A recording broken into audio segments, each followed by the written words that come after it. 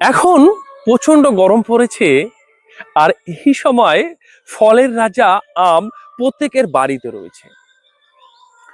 এই আম অনেক উপকার, কিন্তু এই আম আবার মারাত্মক কিন্তু ক্ষতি। যেরকম ভাবে আপনাদেরকে আমি বুঝিয়েছিলাম যে জল হচ্ছে জীবন, কিন্তু জল হচ্ছে আবার বিষ। সেই রকম ভাবে আম কখন খাবেন কখন খাবেন না, এবং কোন কোন জিনিসের সাথে আপনাদের আম খাওয়া উচিত নয়, সেটা কিন্তু আপনাদেরকে আমি বলবো।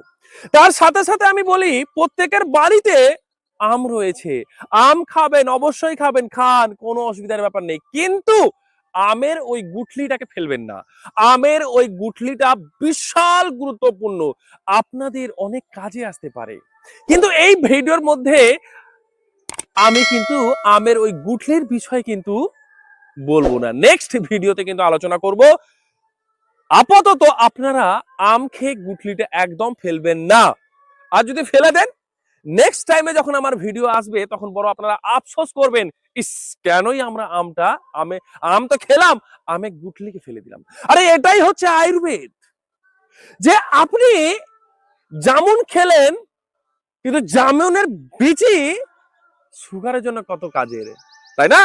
সেই রকম ভাবে আম আপনি খাচ্ছেন, কিন্তু আমের গুটলিও কিন্তু কোনো না কোনো রোগের জন্য রামবাণ ওষুধ কিন্তু। বুঝা গেছে? সেই জন্য গুটলিটা একদম ফেলবেন না, আপনারা শুকিয়ে সংযত করে রাখুন, নিজের কাছে কাছে রাখুন আমার ভিডিও না আসা পর্যন্ত। ঠিক আছে? যখন আসবে সেটাকে ব্যবহার করে নিন। আপনি টক জাতীয় ফলের সাথে বা টক জাতীয় খাবারের সাথে আপনি একদম আম খেতে পারবেন না। যদি টক জাতীয় ফলের সাথে আপনি যদি মানে যদি আম খেয়ে নেন, তাহলে কিন্তু ইনডাইজেশন, গ্যাস, অ্যাসিডিটি ভুগবেন। যদি তেতো জিনিসের সাথে আপনি আম খেয়ে নেন, তাহলে কিন্তু ইনডাইজেশন, গ্যাস, অ্যাসিডিটিতে ভুগবেন। করলার সাথেও, ইভেন করলার সাথে, করলাও তেতো হয়, এর সাথেও যদি আপনি আম খেয়ে নেবেন, তবুও কিন্তু আপনাদেরকে ভুগতে হবে। আপনি যেমন, অনেকে কি হয়, আমের লস্যি তৈরি করে, আমের লস্যি তৈরি করে, বা আমের ঘোল তৈরি করে বরফ দিয়ে। এটাও কিন্তু কি হয়, আমের সাথে যখন বরফ দিয়ে যখন ঘোল তৈরি করা হয়, তখন কিন্তু পেট কি হয়ে যায়, ওই ভারী হয়ে যায়, তখন কিন্তু হজম শক্তি ভালোভাবে কাজ করতে পারে না। কোল্ড ড্রিঙ্কস এর সাথে কখনোই কিন্তু আম একদম খাবেন না। অ্যাকচুয়ালি কোল্ড ড্রিঙ্কস তো পান করা উচিতই না, কিন্তু আমি এত ভিডিওতে বলেছি কোল্ড ড্রিঙ্কস মারাত্মক ক্ষতি আমাদের প্রত্যেকের জন্য, তবুও কিন্তু এখনো মানুষ কিন্তু শুধরাচ্ছে না। সে শুধরাবে যখন সে অসুস্থ হয়ে যাবে। মশলা জাতীয় আপনি কোনো খাবার খেয়েছেন, খাবার খেয়ে আপনি সাথে সাথে আম খাচ্ছেন, বা আম খেয়ে আপনি সাথে সাথে মশলা জাতীয় খাবার খাচ্ছেন, একদম কিন্তু এই ভুল করবেন না। এবং অনেকে কি হয়, ফলের মধ্যে মশলা দিয়ে, লবণ দিয়ে খায়, এটাও কিন্তু একদম আপনারা কিন্তু করবেন না, কোনো মতে কিন্তু করবেন না। খাওয়ার সাথে সাথে আপনারা কিন্তু জল একদম পান করবেন না, বা আম খাওয়ার জাস্ট আগেও কিন্তু জল পান করে একদম আম খাবেন না। দেখুন, বিষয়গুলোকে খুব সিম্পল ভাবে বুঝার কিন্তু চেষ্টা করবেন। যে কোনো খাবার খাবার 2 ঘন্টা পরে কিন্তু ফল খাওয়া উচিত, বা ফল খেয়ে 2 ঘন্টা পর খাবার খাওয়া উচিত। এই গ্যাপটা কিন্তু আপনাদেরকে রাখতে হবে।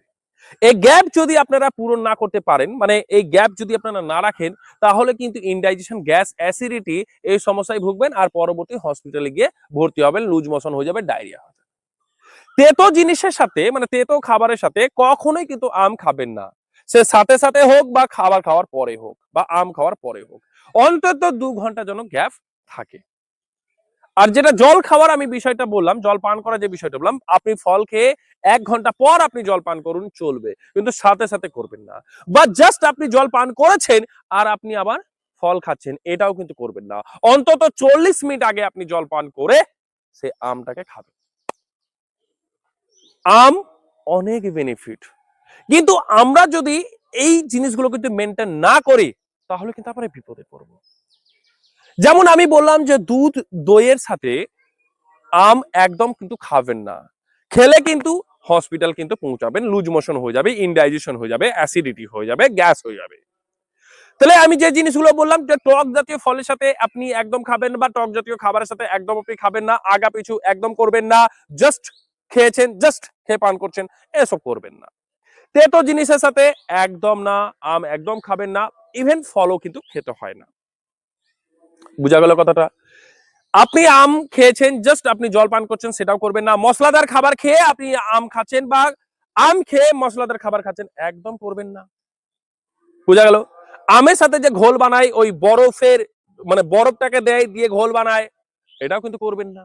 যদি আপনাকে লস্যির মতো যদি অনুভব করতে হয় তো মাটির কলসের যে জল সেটাও কিন্তু ঠান্ডা, সেটা দিয়ে আপনি বানান না, সেটা কিন্তু খেতে পারেন। তো এই জিনিসগুলোকে মাথা রেখে আমাদের কিন্তু আম খেতে হবে। এই যে বললাম যে আম হচ্ছে ফলের রাজা, এবার আমের যে গুটলি সেটাও কিন্তু রাজা। মারাত্মক ওষুধ যা আপনারা কল্পনা করতে পারবেন না। তো এই জিনিসগুলোকে খুব মন দিয়ে আশা করি আপনারা বুঝেছেন। আগামী দিন বা আমি নেক্সট কিছুদিন পর আমের যে গুঠলি এটা নিয়ে কিন্তু ভিডিও আপনি বানাবো। আপনারা প্রত্যেকটা ভিডিও দেখুন এবং বিশেষ করে আমি প্রত্যেককে অনুরোধ করব যে আমার ভিডিও ড্রাগ মাফিয়ার দ্বারা ভিডিওকে অনেক স্লো করানো হয়েছে। অনেকে আমাকে বলছে স্যার আপনার নোটিফিকেশন আমাদের আসছে না, বেল আইকন আমরা স্যার মানে ঘন্টি বাজিয়ে রেখেছি, তবুও আমাদের কাছে আপনার নোটিফিকেশন আসছে না স্যার, আপনার ভিডিও আমরা দেখতে পাচ্ছি না। যে ভিডিও আপনি আপনি 15 দিন 20 দিন আগে ছেড়েছেন সেটা আমরা হয়তো পাচ্ছি, ইভেন লাইভের ভিডিওগুলো স্যার আমরা পাচ্ছি না, অনেকদিন পর পাচ্ছি। তো এই ভিডিওটাকে এবং আমার প্রত্যেকটা ভিডিওকে আপনারা বেশি বেশি করে শেয়ার করুন, যাতে ড্রাগ মাফিয়া হাজার চেষ্টা করেও যেন বিফল হয়। আপনারা যদি না শেয়ার করেন তাহলে কিন্তু ওরা সাকসেসফুল হয়ে যাবে। এবং এই যে ঘরোয়া উপায়ে এই যে বলি যে রান্নাঘর হচ্ছে সবচেয়ে বড় ঔষধালয়, তাহলে এই চ্যালেঞ্জটা কিন্তু শুধু আমি হারবো সেটা নয়, আপনারাও কিন্তু হেরে যাবেন। এই জন্য আপনারা প্রত্যেকে ভিডিওকে শেয়ার করুন এবং আমার ভিডিওর মাধ্যমে আহ, দেখে আপনারা নিজেকে অ্যাপ্লাই করে কতটা উপকার পেয়েছেন সেটাও কিন্তু কমেন্ট কিন্তু অবশ্যই করবেন, যাতে পরবর্তী যারা এই দর্শক রয়েছে যারা দেখবে যেন তারা বিশ্বাস করতে পারে এবং নিজের উপরে অ্যাপ্লাই করে সেই ডক্টরদের রিপোর্ট, ওষুধ, তাদের ভিজিট, বিভিন্ন রকমের টেস্ট থেকে যেন মুক্তি হতে পারে আর এবং নিজের টাকা পয়সা বাঁচাতে পারে। তো ভালো থাকুন, সুস্থ